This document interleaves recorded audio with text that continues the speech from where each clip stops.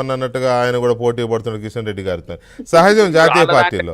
అయితే శ్రీధర్ రెడ్డి గారు ఒక్క నిమిషం దయాకర్ అన్న, ఒక్క నిమిషం. శ్రీధర్ రెడ్డి గారు అంటే ఏంటి దీనికి ప్రాతిపదిక ఏంటి? ఇప్పుడు కాంగ్రెస్ పార్టీ వాళ్ళు బీఆర్ఎస్ వాళ్ళు మా దగ్గరకు వస్తున్నారు అన్నారు అంటే దానికి కొంత ఇషారా కనబడుతుంది, కొంతమంది వెళ్తున్నారు, ఏదో నడుస్తూ బీజేపీలో కొంతమంది టచ్లో ఉన్నా అది ఓపెన్గానే నడుస్తూ ఉంది కదా. కానీ కేసీఆర్ గారు ఇవాళ ఒక్కసారిగా ఈ మాట అనేసరికి ఎవరు జీర్ణించుకోలేకపోయారు. జీర్ణించుకోవడం అంటే ఆశ్చర్యపోయారు. ఐ మీన్ ఏంటిది ఇలా కూడా ఉందా అని. ఏంటి దానికి ప్రాతిపదిక ఏముంది అంటే ఇప్పుడు కేసీఆర్ గారి ఉద్దేశం ఏంటంటే బేసికలీ కాంగ్రెస్ పార్టీ నడుస్తున్న తీరు, వాళ్ళ యొక్క వ్యవహార శైలి, ఎక్కడ ఈ వర్గపోరు గతంలో మనం చూసాము. నేను నిన్న కూడా చెప్పాను మీకు, నిన్న మొన్న ఈ ఒకటో కృష్ణుడు, రెండో కృష్ణుడు, మూడో కృష్ణుడు కాంగ్రెస్ పార్టీ ప్రభుత్వాలు నడిపితే మినిమం 2-3 ముఖ్యమంత్రులు ఉండేవాళ్ళు ఆంధ్రప్రదేశ్లో అప్పుడు మన దగ్గర. కాబట్టి చూసిన దాంట్లో సార్ ఉద్దేశం ఏంటంటే కాంగ్రెస్ పార్టీ 4 నెలల్లో చేసినటువంటి యొక్క ప్రామిసెస్ మొత్తము ఫెయిల్, గవర్నెన్స్ ఫెయిల్, నెంబర్ 1. ఆఖరికి మంచినీళ్ళు, సాగునీరు లేని పరిస్థితి, ప్రాపర్ ప్రాజెక్ట్స్ మేనేజ్మెంట్ కూడా లేదు, కనబడతా ఉంది ఒకటి. రెండోది ఎక్కడ సమన్వయం కనబడతలేదు.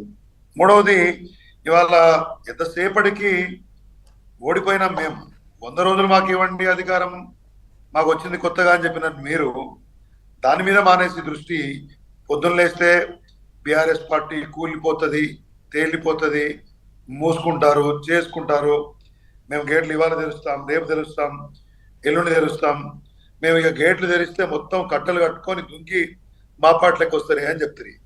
ఏమయ్యా ఇవాళ కూడా టెక్నికల్లీ ఆల్రెడీ 39 ఒక ఎమ్మెల్యే గారు చనిపోయారు. టెక్నికల్లీ 38 ఆర్ అవర్ ఎమ్మెల్యేస్, ఒకటి 2-3 పోయినారు. పోతే వాళ్ళు ఎందుకు పోయినారు? 2 ఎంపీ టికెట్ల కోసం పోయినారు. సరే, ఒక ఆయనకు ముందున్న అఫిలియేషన్ అది వేరే అనుకోండి.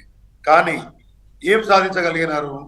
గేట్లు తెరుస్తాము, ఇక చూడండి రేపు మాపు అని నారాయణ సార్ దగ్గర ఫ్లడ్ వచ్చినప్పుడు చెప్తా చెప్పింది.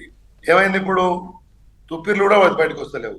ఎవరో ఒకరిద్దరు కొంతమంది పోతారు అనుకోండి, దట్స్ ఫైన్. వాళ్ళకి ఏం ఇబ్బందులు ఉన్నాయో, వాళ్ళకి ఏం ఆస్పిరేషన్స్ ఉన్నాయో, పోయిన వాళ్ళు పోనివ్వండి, దాని గురించి మాకు పెద్దగా ఇబ్బంది లేదు. కానీ కాంగ్రెస్ పార్టీ నడుపుతున్నటువంటి తీరు ఇవాళ ప్రభుత్వం చూస్తే, బీజేపీ వివిధ రాష్ట్రాల్లో ప్రభుత్వాల్ని కూల్చిన తీరు చూస్తే ఒక విషయం చెప్పారు.